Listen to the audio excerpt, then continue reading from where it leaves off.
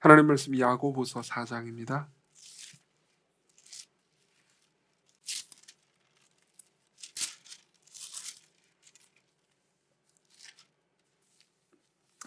야고보서 4장 13절부터 17절, 4장 13절부터 17절 제가 봉독해 드리겠습니다. 하나님 말씀을 들으십시오. 들으라, 너희 중에 말하기를 오늘이나 내일이나 우리가 어떤 도시에 가서 거기서 1년을 머물며 장사하여 이익을 보리라 하는 자들아, 내일 일을 너희가 알지 못하는도다. 너희 생명이 무엇이냐? 너희는 잠깐 보이다가 없어지는 안개니라. 너희가 도리어 말하기를 주의 뜻이면 우리가 살기도 하고 이것이나 저것을 하리라 할 것이거늘, 이제도 너희가 허탄한 자랑을 하니 그러한 자랑은 다 악한 것이라. 그러므로 사람이 선을 행할 줄 알고도 행하지 아니하면 죄니라. 아멘. 어, 한 해를 되돌아보면은 이제 소위 회한이 남는다고 하죠. 후회가 되기도 하고요. 그리고 뭔가 씁쓸한 마음도 듭니다. 그리고 이제 내년도에 아, 이제 나이를 한 살 더 먹는구나라고 생각하는 분들도 계실 겁니다. 네, 83년생들과 82년생들과 92년생들, 네, 축하합니다, 여러분들은. 72년생이 우리 교회에 있나요? 네, 72년생, 82년생, 92년생, 62년생 분들, 여러분들은 단위가 바뀝니다. 아, 02년생도 있나요, 우리 교회? 어, 여러분들 아마 연초에 여러 계획을 세우셨을 겁니다. 보통 우리가 계획은 계획일 뿐이라고 말하긴 하지만 이제 그래도 계획을 세우긴 하죠. 저도 계획을 세웠었습니다, 올해. 그리고 계획을 이루지 못한 것에 대해서 안타까운 마음이 들기도 합니다.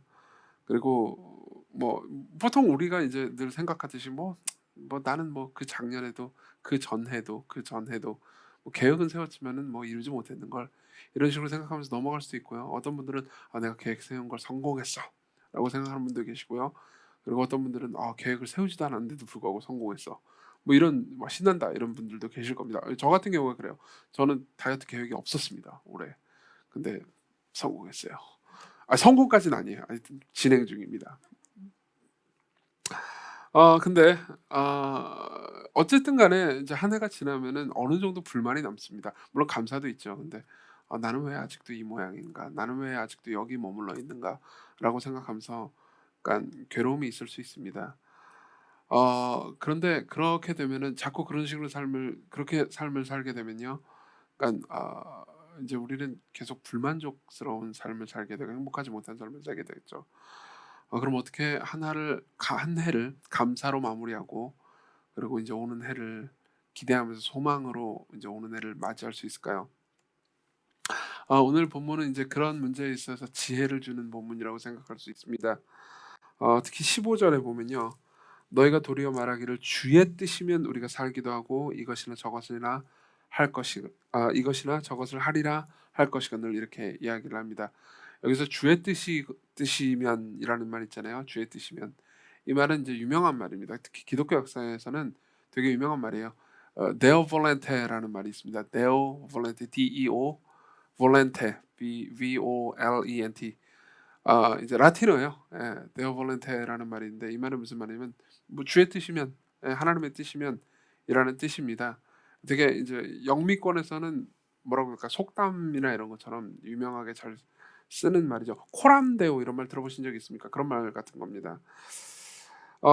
그런데 이제 여기서 야고보가 이제 하고 싶은 이야기는 이제 그 뭐지, 얼핏 보면은 "계획을 세우지 마라." 이런 말처럼 보입니다. 13절을 보십시오. 들으라, 너희 중에 말하기를 오늘이나 내일이나 우리가 어떤 도시에 가서 거기서 1년을 머물며 장사하며 이익을 보리라 하는 자들아. 이게 문제예요? 전혀 문제처럼 보이지 않습니다. 생각해 보십시오. 오늘이나 내일이나 우리가 어떤 도시에 가서 거기서 1년을 머물며 장사하여 이익을 보겠다. 내가 어디 가 가지고, 그죠? 내가 지금 서울에 있는데 뭐 어디 다른 도시로 가겠다. 부천으로 가겠다. 인천으로 가겠다. 뭐 남양주로 가겠다. 그래서 거기서 장사를 해야겠어. 거기서 그래서 돈을 벌어야지. 이게 잘못이에요. 여러분 한 해 내내 했던 거 아닙니까?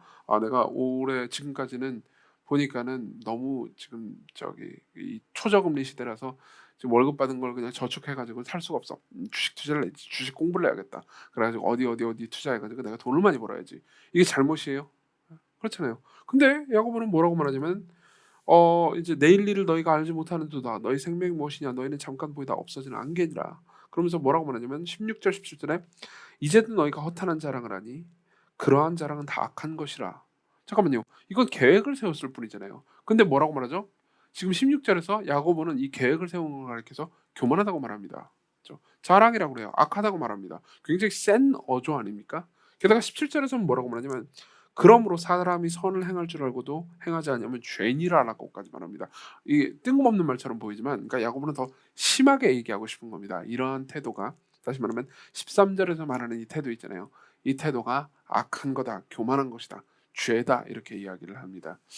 어 우리는 여기서 놀라게 됩니다. 왜냐하면 '계획을 세운 게 죄라고?' 이런 식으로 생각할 수 있어요. 물론 이제 우리가 좀 보면 알겠지만 야고보는 계획을 세우는 것 자체를 죄라고 말하는 게 아닙니다.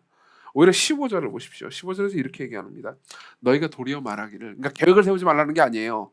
계획을 세울 때 뭐라고 말하냐면 너희가 도리어 말하기를 "주의 뜻이면 우리가 살기도 하고 이것이나 저것을 하리라 할 것이거늘." 이렇게 말합니다. 무슨 말이냐면은 내가 어느 도시에 가 가지고 내일이나 모레나 그래 가지고 1년 동안 장사를 해 가지고 돈 벌어야지. 이 생각 자체가 나쁘다기보다 이 생각을 할 때 '주의 뜻이면 그렇게 해라.'라고 얘기를 하는 거죠. 그러니까 '주의 뜻이면 그렇게 해야겠다.'라는 생각 마인드셋과 그냥 '주의 뜻이면.'이라는 생각을 안 하는 마인드셋 이 두 개를 비교하고 있는 겁니다. 이 두 생각을 비교하는 거예요. 예. 그러면 야고보가 하고 싶은 얘기는 뭘까요? 그죠? 무슨 약속을 하든 간에 그냥 "주의 뜻이면"이라는 말을 다 갖다 붙이라는 걸까요? 어떤 경건한 뭐 신종 용어 같은 것들을 만들어 내라는 겁니까? 뭐 예를 들면 뭐 제가 지영이랑 뭐 다음 달에 보기로 했어요. 그래 가지고 뭐 "지영아 2월 1일 날 만나. 데오 볼렌테." 이거예요? 이건 아니잖아요. 그죠? 무슨 말을 하든 간에 데오 볼렌테. 그죠? 이 말을 꼭 붙이라는 겁니까? 물론 저는 이 말을 가끔 붙입니다. 예를 들면 제가 뭐 아까도 이제 우리 송년 그 이제 연간 모할 때 제가 이런 말을 했죠. "주께서 허락하신다면 데오 볼렌테." 그죠? 이제 이번 주부터 산상 설교를 듣게 될 겁니다. 진짜 이건 데오 볼렌테예요. 몰라요. 바뀔 수도 있습니다. 어쨌든 산상 설교를 듣게 될 겁니다. 이것도 뭐 제 계획이죠. 근데 주의 뜻이라면요. 주께서 허락하신다면요. 그래서 이 말을 꼭 붙이라는 의미는 아닙니다. 근데 오히려 이렇게 생각하라는 거죠. 근데 야고보는요 이걸 세게 얘기합니다. 아까 제가 16절 17 절에서 제가 이제 읽어 봤던 것처럼 "이게 교만이다." 이렇게 얘기를 해 버립니다. 그럼 생각해 보십시오. 주의 뜻이라는 것을 생각하지 않는 게 그렇게 나쁜 죄입니까? 성경은요 어떤 죄에 대해서는 좀 세게 얘기하는 경향이 있는 죄가 있습니다. 예를 들면은요 10 계명 중에 3 계명이 그렇죠. 3 계명이 뭐냐면은 "너는 내 하나님 여호와의 이름을 망령되게 부르지 말라."라는 말입니다. 예. 이 말은 되게 중요합니다. 왜냐하면은 우리 사회 문화에서 이제 가장 쉽게 어기는 죄 중에 하나가 3 계명이거든요. 예컨대 여러분들이 무슨 뭐 어떤 사무를 가서 이제 하나님의 이름을 막 대입해 가지고 좀 하나님의 이름을 가볍게 여기는 방식으로 말하는 게 대표적으로 3 계명 위반입니다. 예를 한번 들어보자면 치킨 같은 걸 가지고 "치느님." 이렇게 말하는 거 있잖아요. 이런 것들이 대표적으로 3 계명 위반입니다. 그럼 우리는 보통 이런 식으로 생각해요. '아니 이게 너무 찌질한 거 아니냐.' 이런 식으로 생각할 수 있어요. 이건 말장난이지. 치킨을 신이라고 말하는 게 아니잖아. 근데 하나님께서는요. 하나님의 이름이 너무 중요하고 소중하기 때문에 우리가 함부로 대해서는 안 된다고 말하는 거죠. 근데 3 계명에는요. 다른 계명들 10 계명 중에 다른 계명은 예를 들면 저기 "살인하지 말라." 그럼 "살인하지 말라." 그러고 끝납니다.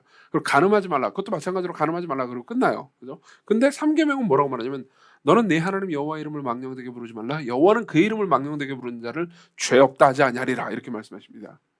그러니까 뭔가 한마디 더 붙입니다. "망령되이 일컫지 말라."라고만 끝내는 게 아니고요. "망령되이 일컫지 말라. 망령되이 일컫는 거를 죄 없다고는 안 하겠다. 반드시 이건 죄가 있다고 말하겠다."라고 덧붙여요. 왜 그럴까요?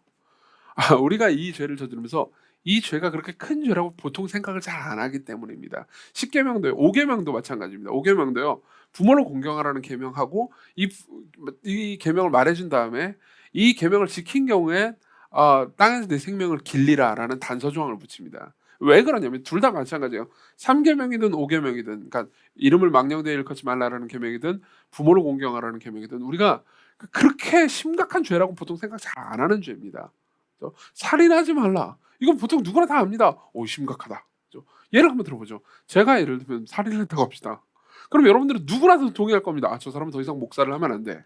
그죠? 제가 간음을 했다고 합시다. 그럼 누구나 동의할 겁니다. 저 사람은 이제 자기 있는 자리에서 내려와야 돼. 시공교회를 더 이상 섬길 자격이 없어. 그렇죠? 그죠? 근데 제가 예를 들면 불효를 했다고 합시다. 그럼 여러분들은요. 잘못했네. 그리고 물론 어떤 분들은 이 불효를 한 놈들은 다 목사하면 안 돼. 이렇게 생각할 수 있지만 잘못했네. 이제 좀 잘 살면 되지. 이렇게 생각할 겁니다. 죄의 강도에 있어서 우리가 인식하는 바가 다르다는 거죠. 근데 하나님께서는요. 이게 굉장히 심각한 죄라고 말씀하시는 거죠.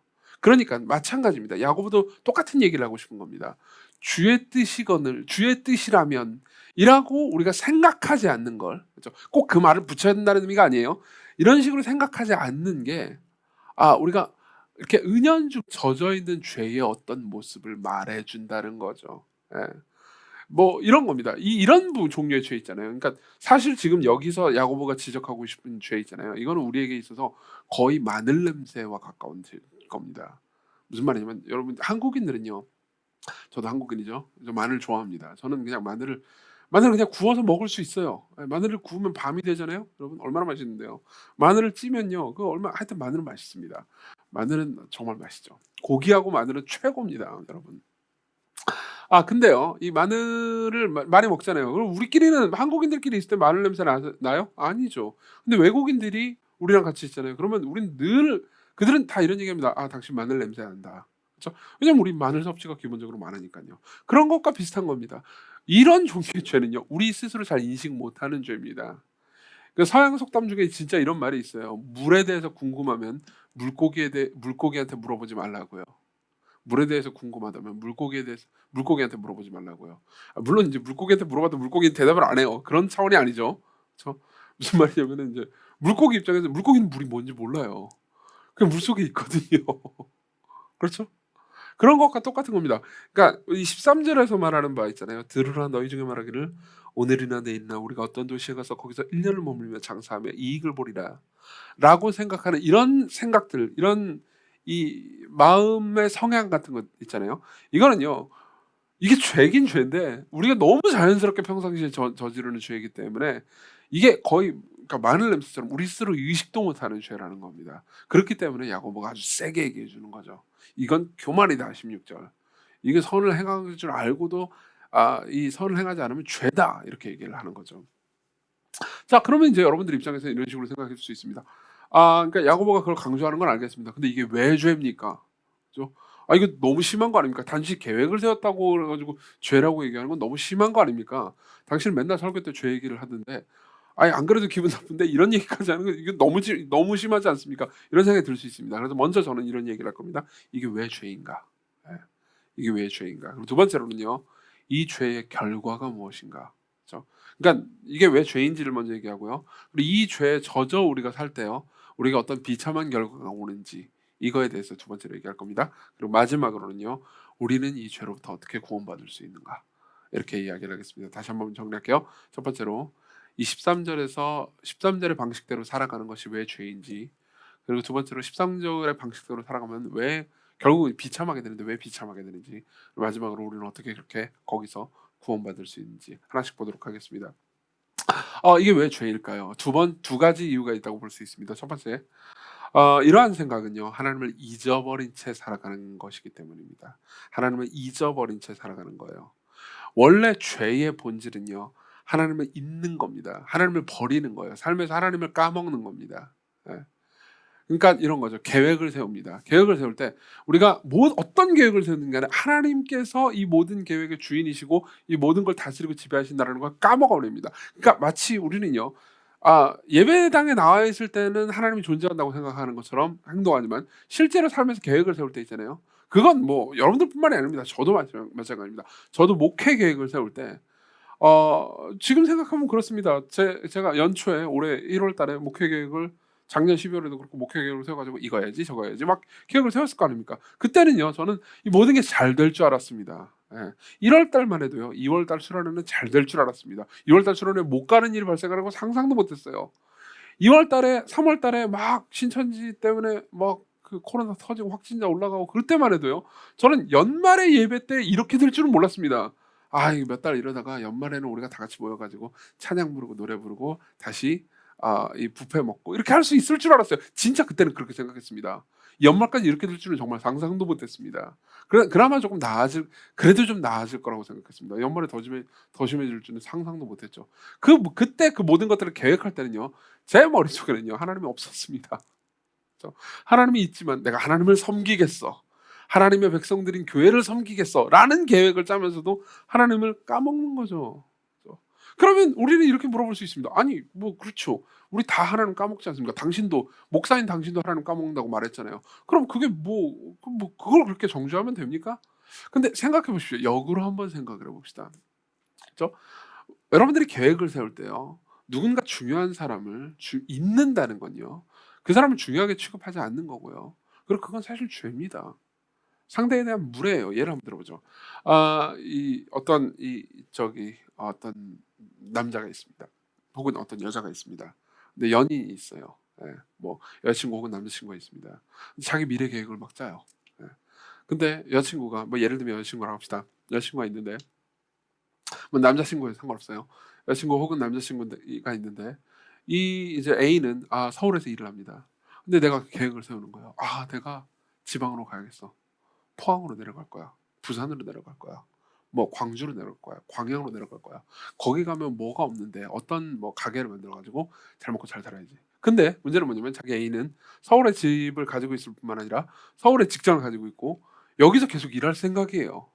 그러면서 이제 A한테 얘기합니다. "나 광양에 내려가겠어."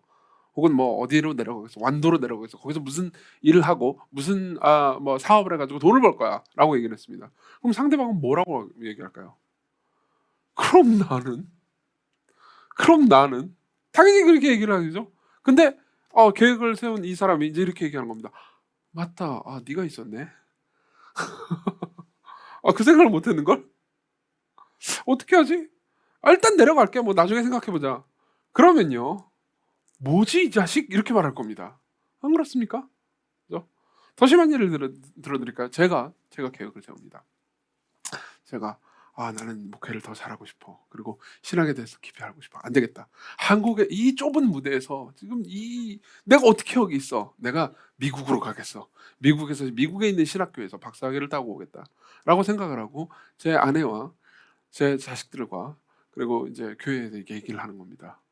그래 가지고 이제 시영이하고 보이가 그걸 듣고 나서 물어봅니다. "우리는요?" 맞다. 니들이 있었지. 어떻게 하지? 그 너희들까지 다 가면 돈이 많이 들 것 같은데? 나 혼자 일단 갔다 올게. 너는 좀 기다리고 있어 봐. 생각 좀 해 볼게 나중에. 지금은 뭐 내가 복잡해 가지고 내가 일단 박사학위를 뭘 해야 될지 내 전공을 뭐 해야 될지 지금 그거 생각하느라 바빠 가지고 너까지 신경 못 썼어. 뭐라 그럴까요? 나쁜 놈이죠. 저는 나쁜 아빠인 겁니다. 나쁜 가족이에요. 나쁜 사람인 겁니다. 안 그렇습니까? 그죠? 이게 나쁜 거는요. 상대방이 이 경우에는 무조건 모욕을 느끼겠죠. 모욕감을 느낍니다. 그 가장 큰 이유는요. 내가 잊혀졌다는 겁니다. 나는 중요하지 않은 존재가 됐어요. 저 사람한테. 그렇죠? 중요하지 않은 존재가 우리 인간은요. 중요한 거는요. 진짜 중요한 건요. 안 까먹습니다. 절대 안 까먹습니다. 그러니까 나는 원래 좀 까먹기를 잘하고 뭐 까먹는 걸 되게 좋아하고 뭐 하여튼 좀 그래. 물론 그런 성향도 있습니다. 제가 주로 그런 성향이죠. 우리 교회에서 저랑 같이 일하는 교육자들은 다 알 겁니다. 제가 진짜 까먹는 걸 잘한다는 걸요. 진짜 잘 까먹습니다. 근데 정직하게 고백하건대 솔직히 말하면은 저는 진짜 중요하다고 생각하는 건 안 까먹습니다. 예를 들면은 제가 주일 설교를 까먹는 일은 없습니다. 주일 설교 제가 어떻게 까먹습니까? 왜 그렇죠? 중요하다고 생각하기 때문이에요. 예. 저는 결혼 주례를 뭐 20몇 번 정도 했던 것 같습니다. 20번 넘게 했습니다. 예. 이 청년들이 많은 교회를 섬기는 것에 대한 특권이죠. 저는 결혼 주례를 할 때요. 신부가 화장을 까먹었네." 이런 걸 한 번도 본 적이 없습니다. 그걸 어떻게 까먹습니까? 중요한데요. 신랑이 결혼식 오늘인 걸 까먹었다." 이런 일도 없습니다. 그죠? 중요하니깐요. 그리고 만일 그거 까먹었다 그러면 그 사람은 엄청나게 나쁜 짓을 한 겁니다. 그렇죠? 여러분, 하나님은요 중요한 분입니다. 하나님은 중요한 분입니다. 지금 야고보가 지적하고 있는 부분이 바로 여기입니다. 계획을 세우는 게 나쁘다는 게 아닙니다. 근데 계획을 세울 때 하나님이 이 세상에 존재하지 않는 것처럼 생각하고 계획을 세우는 게 나쁘다는 거죠. 이거는요 하나님을 잊은 겁니다. 하나님을 무시한 겁니다. 그런 측면에서요 하나님을 잊는 것이 죄라는 걸요 성경은 굉장히 많이 말해줍니다. 예를 들면 이런 거죠. 이 시편 9편 17편 악인들이 스올로 돌아가며 하나님을 잊어버린 모든 이방 나라들이 그리하도다. 악인들이 스올, 지옥으로 간답니다. 근데 그 악인들의 특징이 뭐예요? 하나님을 잊었다는 겁니다. 예레미야 2장 32절 이스라엘 백성들한테 말씀하시는 겁니다. 처녀가 어찌 그의 패물을 잊겠느냐, 신부가 어찌 그의 예복을 잊겠느냐. 이런 걸 어떻게 잊어요? 결혼식 가는데 추리 입고 나옵니다. 이게 말이 됩니까? 그건 불가능합니다. 오직 내 백성이 나를 잊었나니 그 날수는 셀 수가 없거늘. 지금 이 13절에 들으라 너희 중에 말하기를 오늘이나 내일이나 우리가 어떤 도시에 가서 거기서 1년을 머물며 장사하여 이익을 보리라 하는 자들아. 이 사람들은 뭡니까? 너희들이 그리스도인이라며, 너희들이 하나님을 믿는다며. 근데 왜 너희들은 하나님을 까먹고 있니? 신부 예복을 잊은 신부를 본 적 있니? 근데 너희들은 늘 하나님을 잊는구나. 이렇게 얘기하는 겁니다. 이게 죄가 아니니? 이게 교만이 아니니? 이렇게 묻는 겁니다. 웃기는 건요. 실제로 성경을 자세히 살펴보잖아요. 그러면 특히 시편을 보십시오. 우리가 하나님을 까먹는 데 있어서 우리는 굉장히 관대한 편입니다. 그렇죠? 거의 이게 죄라는 것을 인식 못할 정도로 관대해요. 근데 하나님께서 우리를 까먹은 것 같잖아요. 실제로 까먹지 않으십니다. 잊지 않으십니다. 근데 하나님께서 우리를 잊으신 것 같으면은 이제 토로가 나옵니다. 시편 13편 1절 여호와여 어느 때까지입니까? 나를 영원히 잊으시나이까. 생각해보세요. 이 말도 물론 이 말은 영감받은 시인의 말이지만 또 우리의 심정을 대변하는 말이기도 하죠. 우리가 기도할 때 이렇게 기도한 적이 있죠. 기도를 했는데 기도를 안 들어주시는 것 같습니다. 무슨 1년 내내 한 기도 제목 가지고 물론 그런 경우도 있겠지만 그런 것도 아니에요. 그냥 기도 시작하고 한 2달 했어요. 근데 기도를 안 들어주세요. 그럼 어떤 말을 합니까? 여호와여 어느 때까지입니까? 나를 영원히 잊으시나이까. 2달 지났다. 나를 영원히 잊으시나이까? 주의 얼굴을 나에게서 어느 때까지 숨기시겠나이까? 예레미야 애가 5장 20절 주께서 어찌하여 우리를 영원히 잊으시오며 우리를 이같이 오래 버리시나이까? 물론 이때 이 말들을 할 때 시인과 그리고 이 슬퍼 울던 예레미야는요 진지했습니다. 제가 좀 약간 희화시켜서 표현하긴 했지만 진지했습니다. 진지하긴 진지했어요. 그리고 정말 슬퍼했죠. 그게 안 슬픈 일이라고 하는 것도 아니고 진지하지 않은 건 아니라는 겁니다. 그렇지만 하나님께서 그들을 잊으신 것도 아니었어요. 마찬가지입니다. 우리도 마찬가지입니다. 우리 슬퍼합니다. 그리고 하나님께서 우리를 잊어버리신 게 아닌가 싶어합니다. 실제로 하나님께서는 우리를 잊지 않으셨어요. 근데 보세요. 하나님께서 우리를 마치 잊으신 것처럼 보일 때, 다시 말하면 우리가 하나님께 구하고 소망하는 게 있는데 하나님께서 그걸 들어주시지 않는 것처럼 보이는 그 시기 있잖아요. 그 시기에는 왜 나를 까먹었나요? 라고 생각하지만 실제로 우리가 하나님을 까먹은 거는요 별로 죄책감을 안 느끼지 않습니까? 그죠? 야고보는 바로 이 부분을 지적하고 싶은 겁니다. 그러면서 말하는 거죠. 16절 이제는 너희가 허탄한 자랑을 하니 그러한 자랑은 다 악한 것이라 이렇게 얘기하는 거죠. 이건 교만한 거라는 겁니다. 생각해보세요.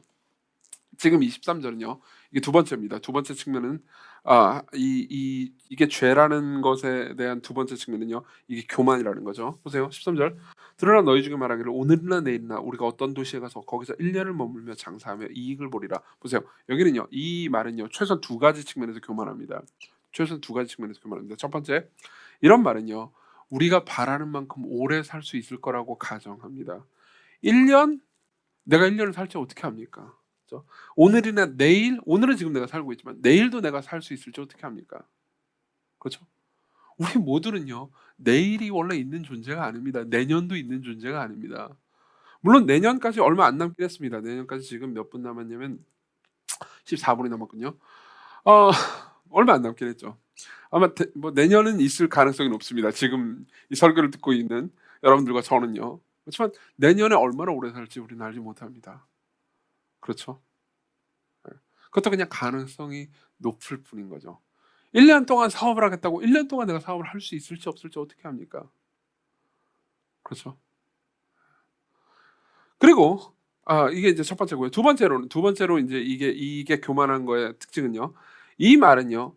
우리가 마음에 품는 어떤 계획이든 실행할 능력이 있다고 암시합니다. 예. 보세요. "장사하며 이익을 보리라 하는 자들아." 이익을 볼지 안 볼지 어떻게 합니까? 그렇죠? 우리 이익을 볼지 안 볼지 모릅니다. 쫄딱 말아먹을지 어떻게 합니까? 그렇죠? 우리는 보통 종종 계획을 세울 때요. 계획을 너무 부정적으로 짜는 것도 그리고 너무 희망적으로 짜는 것도 문제지만 궁극적으로 마치 그러니까 마음속 깊은 곳에서요. 자신이 하나님이 된 것인 양 생각하고 계획을 짜는 경우가 많습니다. "몇 월 달엔 뭘 하겠어. 몇 월 달엔 뭘 하겠어." 그게 잘못됐다는 건 아닙니다. 그게 잘못됐다는 건 아니에요. 저도 교육자들하고 몇 월 달엔 뭘 하고 몇 월 달엔 뭘 하고 이 얘기를 했습니다. 3월 달에 신혼부부 결혼 예배 학교가 있을 겁니다. 그저께 박 목사님 물어봐 가지고 "3월 달에 결혼 예배 학교가 있습니다."라고 제가 대답해 줬습니다. 그건 3월 달에 계획을 짠 거죠. 그죠? 근데 우리 보통 이런 계획을 짤 때 그 3 월이 당연히 올 거라고 생각하거나 그리고 그 결혼 예배 학교가 잘 성공할 거라고 제가 생각하는 경우가 많다는 거죠. 이거는요. 그러니까 우리한테 거의 자연스럽게 몸에 배인 습관과 같은 죄 중에 하나라는 거죠. 그죠? 야고보는 이걸 가지고 막 비판하고 우리를 괴롭히고 막 "이 나쁜 놈들아." 이렇게 얘기하려고 하는 게 아닙니다. 우리는 그러니까 하나님이 없는 것처럼 생각하는 게 너무 자연스러운 사람들입니다. 그죠? 오히려 우리의 뇌는 '아 당연히 하나님은 살아계시죠.'라고 생각하지만 실제로 신앙생활의 대부분의 문제들 있잖아요. 그거는요. 하나님이 진짜 살아계신다고 믿는다면은 그다지 생기지 않는 문제들인 경우가 압도적으로 많습니다. 그죠? 왜 우리는 뻔뻔하게 죄를 지을까요? 하나님께서 지금 나와 함께 계시고 살아계시고 지금 내가 죄를 저지르는 것을 보고 계시다라는 것을 망각하기 때문입니다. 안 그렇습니까? 그죠? 우리는 하나님을 잊습니다. 하나님 무시합니다. 그러면서 마음속 깊은 곳에서 내 삶에서 내가 세운 계획이 틀어지잖아요. 그럼 마치 이렇게 생각하는 거죠. 어 이런 걸 보고 막 원망하면서 "하나님 도대체 언제까지입니까?"라고 말할 때는요. 어 나는 이 세상이 어떻게 움직여야 되는지 그리고 이 세상에서 내가 어떻게 내 삶의 주변에 어떤 환경이 어떤 식으로 움직여야 되는지 알고 있는데 '하나님 당신은 모르시는 것 같군요.'라고 생각하는 거죠. 어 하나님께서 이렇게 하셔야 됩니다. 혹은 하나님께서 이렇게 하지 않으시면 이건 이 세상이 잘못 돌아가고 있는 겁니다. 하나님께서 잘못된 선택을 할까 봐 염려가 됩니다. 이렇게 생각하는 거죠.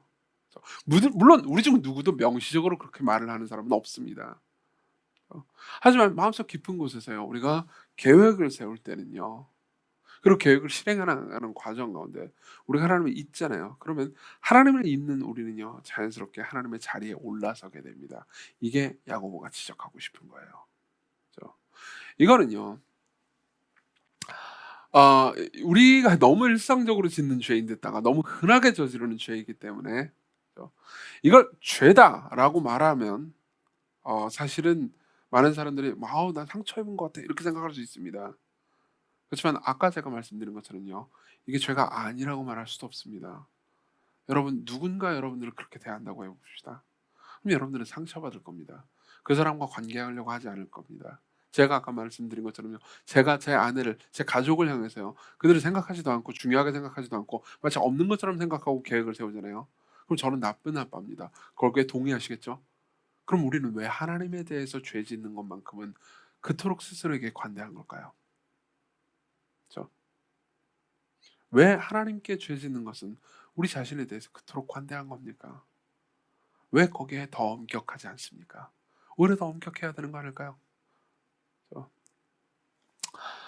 자 그럼 봅시다. 지금까지 저는 이제 이게 죄라는 거에 대해서 좀 이야기를 했습니다.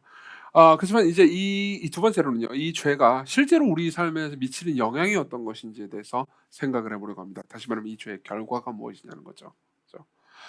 어 뭐 한편으로 어떤 의미에서 이게 여러분들 입장에서는 이게 죄라는 걸 이해는 했지만은 이게 너무 흔하게 저지르는 죄인데다가 너무 이게 너무 이렇게 막 밀리미터 단위까지 막 우리의 심리를 붙잡고 막 이게 "죽여 살려." 이렇게 하는 거 아닙니까?'라고 생각할 수 있습니다.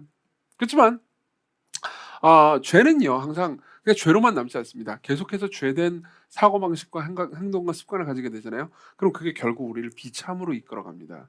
다시 말하면 성경이 죄에 대해서 경고하는 건요, 우리를 괴롭히기 위해서가 아니라는 거죠. 지금 제가 설교를 통해서 여러분들에게, 그리고 저에게요, 설교는 저에게도 하는 거기도 하니까요, 저에게 죄를 계속 경고하는 거는요, 저를 괴롭히기, 여러분들을 괴롭히기 위해서가 아니고요, 죄가 결국 우리를 비참으로 이끌어가기 때문에 비참에서 벗어나기 위해서죠. 그러면 왜 이 죄가 비참으로, 우리를 비참한 마음으로 이끌어갑니까? 들어보십시오.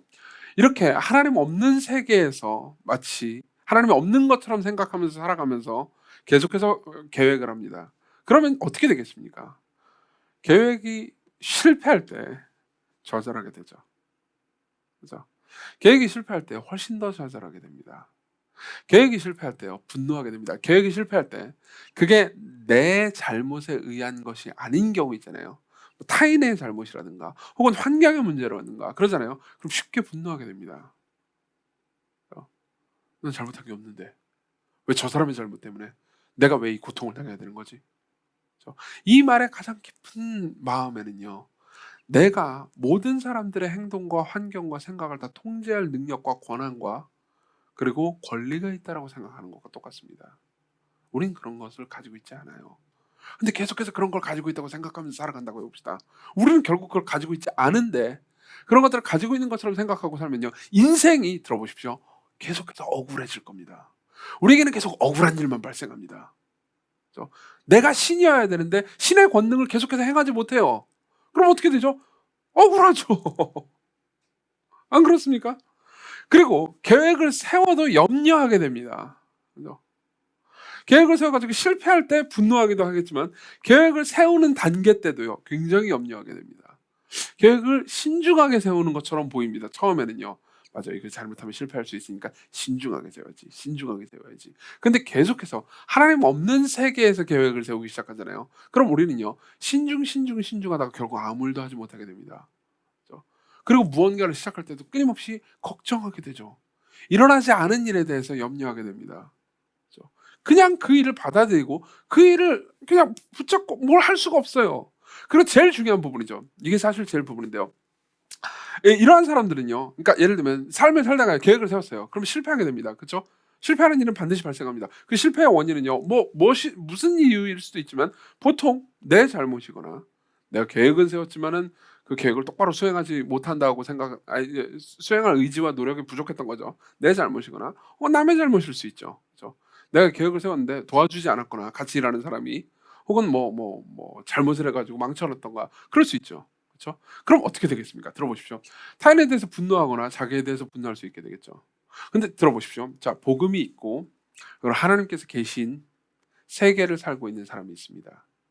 그리고 물론 하나님이 살아계신다고 믿고 알고 지적으로는 믿고 있지만 마치 하나님이 없는 듯 계획하고 행동하고 실행하는 세계관 안에 있는 사람이 있습니다. 두 사람이 있어요. 이 사람하고 이 사람하고 어떻게 다른지 생각해 봅시다. 이 사람은요, 결국 실패를 할 겁니다. 그렇죠? 삶에서 늘 모든 계획이 성공할 수 없잖아요. 혹은 죄를 저지르겠죠. 근데 죄를 저지르고 실패를 할 때요, 하나님 없는 세계에서 자신의 실패와 죄를 만나게 됩니다. 그렇죠? 그럼 어떻게 되죠? 용서도 없는 세계에서, 그리고 내가 저지른 죄와 실패를 수습해 줄 분도 없는 세계에서 실패와 죄를 만나게 되죠. 자기 자신을요, 복음과 하나님 없는 세계에서 자기 자신을 보게 됩니다. 다른 사람의 잘못도요, 복음과 하나님이 없는 상태에서 다른 사람의 잘못과 혹은 실패를 보게 되죠. 그럼 보십시오. 이 사람에게 하나님이 없습니다. 그렇죠? 이 사람에게 복음이 없습니다. 복음을 믿거나 복음에 적셔져 있지 않습니다. 실제로 뇌는 나는 무신론자가 아닙니다. 저는 기독교 신자입니다. 세례도 받았어요. 라고 말한다 하더라도요. 그렇죠? 자기를 볼 때요, 필연적으로 잔인한 모습으로, 잔인한 눈빛으로 자기를 쳐다봅니다. 왜 그럴까요? 내가 다 망쳐버렸어. 내가 노력했어야 되는데, 내가 더 많은 걸 했어야 되는데, 나는 늘 그렇지. 나는 의지 박야가야. 혹은 자기는 열심히 했는데 남이 다 엎어버렸어요. 그렇죠? 남이 다 망쳐버렸습니다. 그럼 어떻게 되죠? 저 인간 쓰레기. 나는 열심히 했는데 배우민이 다 망쳐버렸어. 죄송해요. 배우민은 아무것도 망치지 않았어요. 배우민 전사님은. 그럼 어떻게 되겠죠? 잔인한 눈으로, 잔인한 마음으로 타인을 대하게 됩니다. 다른 사람도 잔인하게 대하고 자기 자신도 잔인하게 대하면서 서서히 냉소적으로 변해가죠. 근데 반대가 있습니다. 자, 보십시오. 반대가 있습니다. 우리가 이 죄에서 벗어난다고 합시다. 자, 우리가 여기서요 15절에서 말하는 것처럼 너희가 도리어 말하기를 주의 뜻이면 우리가 살기도 하고 이것이나 저것을 행하리라 할 것이거늘. 이 사람은 뭐가 있죠? 하나님이 계십니다. 그렇죠? 이 사람의 삶에는요 복음이 존재합니다. 그러면 이제 이렇게 됩니다. 계획을 세워요. 계획을 실행을 합니다. 근데 실패했어요. 자기 죄 때문에 실패했습니다. 그러면요 이렇게 됩니다. 어떻게 될까요? 아, 나 때문에 망쳐버렸네. 내가 열심히 하지 못했네. 내가 문제가 있었네. 그렇지만 나는 하나님 안에서, 예수 그리스도 안에서 하나님께 용서받고 사랑받는 사람이야. 주의 뜻이면 이것도 하고 저것도 하는 거야. 결국은 이 문제 때문에 이 상황에서 계획을 성취하지 못한 건 내 문제긴 해. 그리고 이 부분은 내가 반성하고 더 나아져야겠지. 하지만 내 죄를 용서해 주시고 나를 사랑해 주실 뿐만 아니라 내가 내린 바보 같은 결정과 바보 같은 실행을 사용하셔서 오히려 선으로 이끄실 하나님이 계시잖아. 그쵸? 몇 주 전 설교 때 이정규가 설교하면서 이런 얘기를 한 적이 있어. 우리는 우리의 인생을 망치는 결정을 할 수 없다고. 맞아. 하나님께서는 악을 바꾸셔서 선으로 인도하실 수 있는 분이야. 그러니까는 지금까지 내가 세운 계획이 망쳐졌더라도 좌절하지 말자. 내가 무엇을 잘못했는지 냉정하게 스스로를 살펴보고 이걸 나아지기 위해서 노력하고 하나님을 신뢰하자. 세계가 바뀌었죠. 타인을 볼 때는 어떨까요? 타인이 망쳐놨습니다. 그러면 우리는 똑같이 복음과 하나님이 있는 세계를 살 때, 다시 말하면 주의 뜻이라면이라는 말을 할 수 있을 때요. 그 말은 그냥 입에 담긴 말로 네오볼렌타 이렇게 식으로 말하는 게 아니고 진짜로 그걸 믿고 있다면요. 진짜로 그걸 믿고 있다면요. 우리 이렇게 말할 수 있습니다. 맞아. 배은민 전사님이 실수했네. 잘못했네. 무슨 문제가 있었네. 그렇지만 나도 똑같이 실수하고 잘못하는 존재잖아. 내가 누구를 정죄하겠어. 그냥 덮어주자. 그리고 저 사람이 당한 잘못을 내가 같이 뒤집어 쓰자. 예수 그리스도께서 아무 잘못도 하지 않으셨는데 내 모든 죄를 덮어 쓰셨잖아. 그러면서 함께 머리를 맞대고 이제 망쳐버린 이 일을 어떻게 수습할지 고민해보자. 이렇게 생각하는 거예요. 달라졌죠. 완전히 다른 세계를 살고 있는 겁니다. 이 사람은 계획을 세울 때 염려하지 않습니다. 왜냐하면 실패해도 상관없다고 믿고 있기 때문입니다. 물론 실패가 두렵지 않은 건 아닙니다. 그렇지만 실패 이면에 하나님이 계시다는 걸 믿습니다. 그렇죠? 우리가 세운 계획대로 모든 것이 이루어지지 않아도 괜찮다고 생각하는 거죠. 안 그렇습니까? 그렇죠? 여러분, 우리는 전지한 존재도 아니고 전능한 존재도 아닙니다. 우리가 전지한 존재라면, 모든 걸 아는 존재라면요, 우리의 계획이 이루어져야 세상이 제대로 돌아가는 거겠죠. 근데 생각해보세요. 우리가 미련한 존재라면요, 우리가 한계가 있는 존재라면요, 우리가 작게 하는 존재라면요, 때로는 생각해보세요. 때로는 우리가 세운 계획이 실패해야 나한테 좋은 일이 일어나는 것일 수도 있는 거 아닙니까? 안 그렇습니까? 그렇죠? 여러분들이 어렸을 때 세웠던 계획 중에서 실패한 게 여러분들에게 훨씬 더 이득이 된 게 없었습니까? 그렇죠? 저만 해도 있었습니다. 저는 어떤 사람을 만나서 저 사람 만나가지고 연애를 해야겠다라는 계획을 세운 적이 있습니다. 지금 생각해보면요, 그러면 제 아내를 만나지 못했겠죠. 그때 그 계획이 실패했을 때, 물론 여러 가지 실패할 수밖에 없는 계획이긴 했지만 어쨌든 실패했을 때요, 예, 저는요 제 아내를 만났습니다. 제 인생에서 저는 수도 없이 많은 계획을 세웠고요. 그 중에서는 취직 계획도 있었습니다. 그리고 제가 몇 번 예전에 말씀드렸던 것처럼 이런 직장에 취직할 거야, 저런 직장에 취직할 거야, 이런 직장에 취직해가지고 내가 괜찮은 사람이 되겠어. 옛날에 제가 국정원 가고 싶어 했다고 그랬죠. 자, 그건 실패했습니다. 떨어져 버렸어요. 거기에는 제 잘못도 있었죠. 제 실수도 있었습니다. 그래서 어떻게 됐죠? 저는 여러분들을 만났죠. 저는 여러분들을 만났습니다. 저는요, 이보다 더 나은 인생을 제가 상상할 수 없습니다. 정말이에요. 이보다 더 나은 인생이 제게 주어질 걸 상상할 수가 없습니다. 여러분들도 다 마찬가지입니다. 여러분들이 연초에 세웠던, 여러분들이 지금 세우고 있는 계획이 100% 성공해야 여러분들에게 좋은 걸까요? 아니요. 우리는 때로는 어떤 경우에는 우리가 세운 계획이 실패해야 우리한테 좋습니다. 그리고 그걸 우리가 다 알지 못합니다. 그걸 근데 다 아시는 분이 계세요. 누구시죠? 하나님이세요. 그분이 다 아십니다. 그분은 진짜로 전지하신 분이니까요. 그분은 진짜로 전능하신 분이니까요. 그분은 악을 선으로 바꾸실 수 있는 분이니까요. 그렇죠? 그러면요, 여러분들이 이렇게 믿는다면 네오볼렌테라고 말하지 않는 사람, 다시 말하면 하나님을 잊어버리는 사람과 달리 여러분들이 하나님을 기억하고 있다면, 그분을 중요하게 죄송합니다. 그분을 중요하게 생각하고 있다면, 중요하게 여기고 있다면, 그분을 삶의 첫 자리로 모시고 있다면요, 여러분들은 자유로워집니다. 왜 그렇죠? 여러분들의 인생을 여러분들이 책임질 필요가 없기 때문입니다. 여러분들의 인생을 여러분들이 책임질 필요가 없기 때문입니다. 하나님께서, 전능하시고 전지하시고 선하신 하나님께서 여러분들의 인생을 책임지십니다. 자, 그럼 어떻게 해야 될까요? 세 번째입니다. 어떻게 우리는 이 죄에서 구원받을 수 있습니까? 간단한 지침 몇 가지를 알려드리겠습니다. 첫 번째, 계획은 세우십시오. 상관없습니다. 저도 계획을 세웁니다. 성경에 보면요, 사도 바울도 계획을 세웠습니다. 그래서 어디로 가야겠다, 어디로 가야겠다, 계속해서 선교 계획을 세웁니다. 계획 없이 움직이지 않았습니다. 주도적이지 않은 사람이 아니었습니다. 주도적이었죠. 그렇지만 사도 바울이 계획이 실패했을 때, 우리 중에 어떤 성향은 계획이 실패하는 걸 너무너무 힘들어하는 성향이 있죠. 계획이 실패했을 때 완전히 좌절하거나 분노하거나 혹은 뭐 남에게 탓을 하거나 자기 자신을 자학하거나 하지 않았습니다. 그냥 하나님을 신뢰하면서 가는 거죠. 그리고 종종 사도 바울의 계획이 실패할 때 훨씬 더 나은 결과를 보게 됐습니다. 우리는 사도행전을 제가 설교할 때 이런 예들에 대한 설교를 되게 많이 했습니다. 나중에 한번 들어보십시오. 몇 편을 들어야 되는지 제가 나중에 찍어드리겠습니다. 어쨌든 계획을 세우는 겁니다. 계획을 세우되 두 번째로는 우리의 덧없음을 인정하면서 우리 계획의 덧없음 역시 인정하는 겁니다. 15절을 봅시다. 너희가 도리어 말하기를 주의 뜻이면 우리가 살기도 하고 이것이나 저것을 하리라 할 것이거늘. 왜요? 14절, 내일 일을 너희가 알지 못하는도다. 너희 생명이 무엇이냐? 너는 잠깐 보이다 없어지는 안개니라. 우리가 세운 모든 계획, 우리가 이 땅에서 얻는 모든 영광, 우리가 이 땅에서 가지고 있는 모든 부, 이거 전부 다 뭐죠? 안개예요. 아무것도 아닙니다.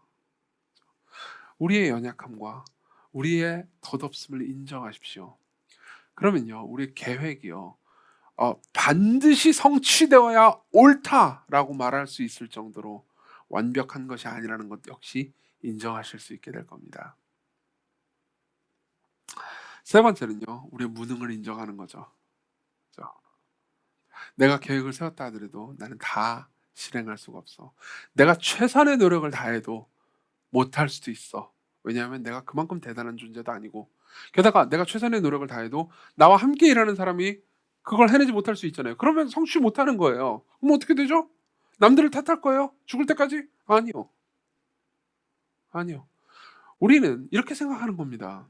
맞아, 내가 최선의 노력을 했다 하더라도 내가 다른 사람들의 노력까지 만들어낼 수 있을 정도로 전지하거나 전능한 존재는 아니야. 그런 분은 한 분밖에 없어. 하나님밖에 없어. 하나님밖에 없어요. 하나님은요, 사람들의 열심만 사용하시는 게 아니고요, 사람들의 악까지도 사용하셔서 선한 계획을 이루실 수 있을 정도로 전능한 분이에요. 그렇죠? 그리고요, 마지막입니다. 네 번째입니다. 네 번째 좀 길게 설명할 겁니다. 네 번째로 하나님의 선하심을 신뢰하는 거죠. 하나님의 선하심을 신뢰하는 거죠. 여러분, 하나님의 선하심을 신뢰하라는 말은요, 제가 1년 내내 했던 설교고, 그 전해 1년 내내 했던 설교고요. 그리고 내년에도 1년 내내 할 설교입니다. 그렇지만 여러분, 오늘 다시 한번 생각해 봅시다. 하나님의 선하심을 여러분들이 신뢰하게 될 때요, 여러분들은요, 완전히 자유로워질 수 있습니다. 내가 계획이 실패할 때 그 실패한 계획을 하나님께서 선하게 바꾸실 수 있으며 그럴 의도가 있으심을 신뢰하십시오. 내가 예상치 못한 일이 일어났다고 합시다. 괜찮습니다. 그분의 시간표대로 모든 것이 착착 진행되어 가고 있습니다. 그분이 세우신 계획은 단 한 개도 흐트러지지 않았습니다. 그분이 세우신 계획은 절대로 실패되거나 좌절하지 않습니다. 인간의 모든 계획이 실패한다 하더라도 그분이 세우신 계획은 절대로 실패하거나 좌절하지 않습니다. 근데 그분이 세우신 계획은요, 가장 선합니다. 그분이 세우신 계획은요, 여러분들을요, 영원히 구원과 영광과 행복으로 이끕니다. 맞죠? 이런 마음가짐을 야고보서 5장 13절부터 17절, 특히 15절에서 말하는 마음가짐 있잖아요. 이 마음가짐을 굉장히 아름답게 풀어낸 노래가 있습니다. 되게 좋은 가사가 있습니다. 예전에 제가 설교할 때 한번 인용한 적이 있는데요. 하나님은 실수하지 않으신다네 라는 노래가 있습니다. 제가 읽어드릴게요. 가사를 읽어드리겠습니다. 그리고 좀 이따 부를 거예요. 가사가 좀 길지만 다 인용해드리겠습니다. 내가 걷는 이 길이 혹 굽어도는 수가 있어도, 내 심장이 울렁이고 가슴 아파도, 너무 막 계획이 실패한 거예요. 다 망한 겁니다. 근데 그럼에도 내 마음속으로 여전히 기뻐하는 까닭은 하나님은 실수하지 않으심일세. 생각해보세요. 얼마나 자유로울 수 있습니까? 내가 실패했어요. 난 너무 마음이 아픕니다. 근데 하나님은 실수 안 해요. 나를 향한 계획을 가지고 있는 선하신 하나님은 절대 실수 안 합니다. 그래서 내가 실패했어요. 그리고 내 주변에 있는 사람이 실패했습니다. 내가 실패해가지고 심지어 이렇게 될 수도 있어요. 제가 실패했어요. 그러면 누군가 저를 위로해 주러 올 수도 있죠. 예를 들면 박 목사님이 저한테 와가지고, 목사님이 실패해서 너무 힘드시죠? 슬프시죠? 아이고 힘드시겠다. 기도해 줄 수 있는데, 제가 이렇게 당당하게 말할 수 있습니다. 그렇게 말했다는 건 아니고 그렇게 말하고 싶다는 거죠. 맞아요. 저는 실패했어요. 지금 이 모든 게 망해버렸네요. 그렇지만 하나님이 실수 안 하시잖아요. 우리 힘냅시다. 이렇게 말할 수 있는 겁니다. 계속 읽어드릴게요.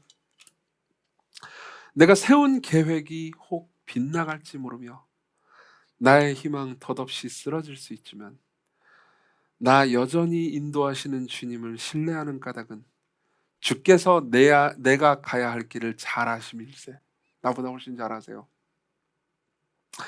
어두운 밤 어둠이 깊어 날이 다시는 밝지 않을 것 같아 보여도 내 신앙 부여잡고 주님께 모든 것 맡기리니 하나님을 내가 믿음일세. 지금은 내가 볼 수 없는 것 너무 많아서 너무 멀리 가물가물 아른거려도 운명이여 오라 나 두려워하냐리 만사를 주님께 내어 맡기리.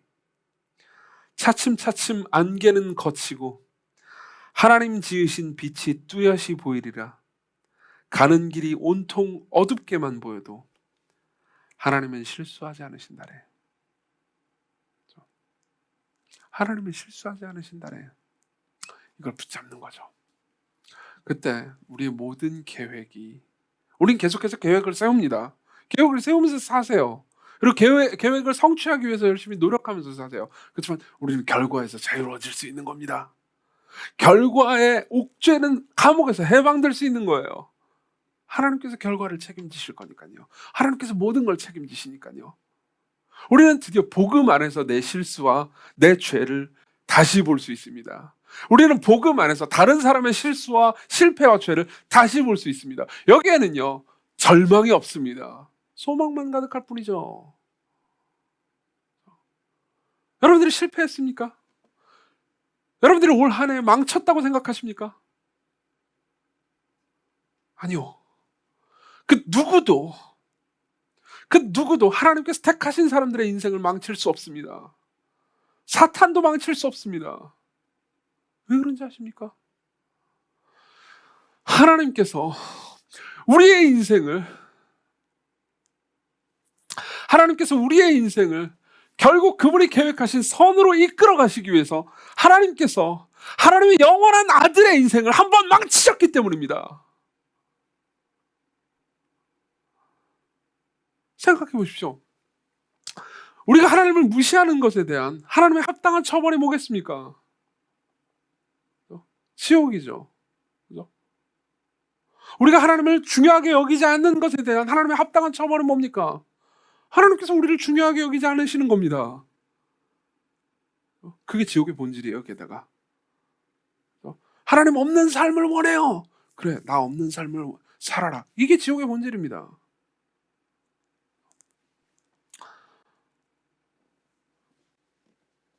그렇지만 우리가 하나님을 무시할 때 하나님께서 우리를 무시하시고 잊으시는 그 일을요, 하나님께서 그 처벌을 우리에게 내리시는 것이 아니고 하나님께서 하나님의 아들 예수 그리스도께 내리셨습니다. 우리의 인생을 망치시는 대신 예수 그리스도를 십자가로 데려가셔서 예수 그리스도의 삶의 끝을 망치셨죠.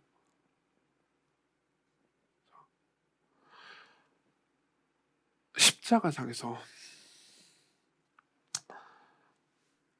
예수 그리스도는요, 하나님의 영원한 아들은요, 십자가상에서만큼은 성부 하나님께 중요하지 않은 존재가 됐습니다. 성부 하나님께 무시당하셨습니다. 성부 하나님께 버림을 받으셨죠. 나의 하나님 어찌하여 나를 버리셨습니까?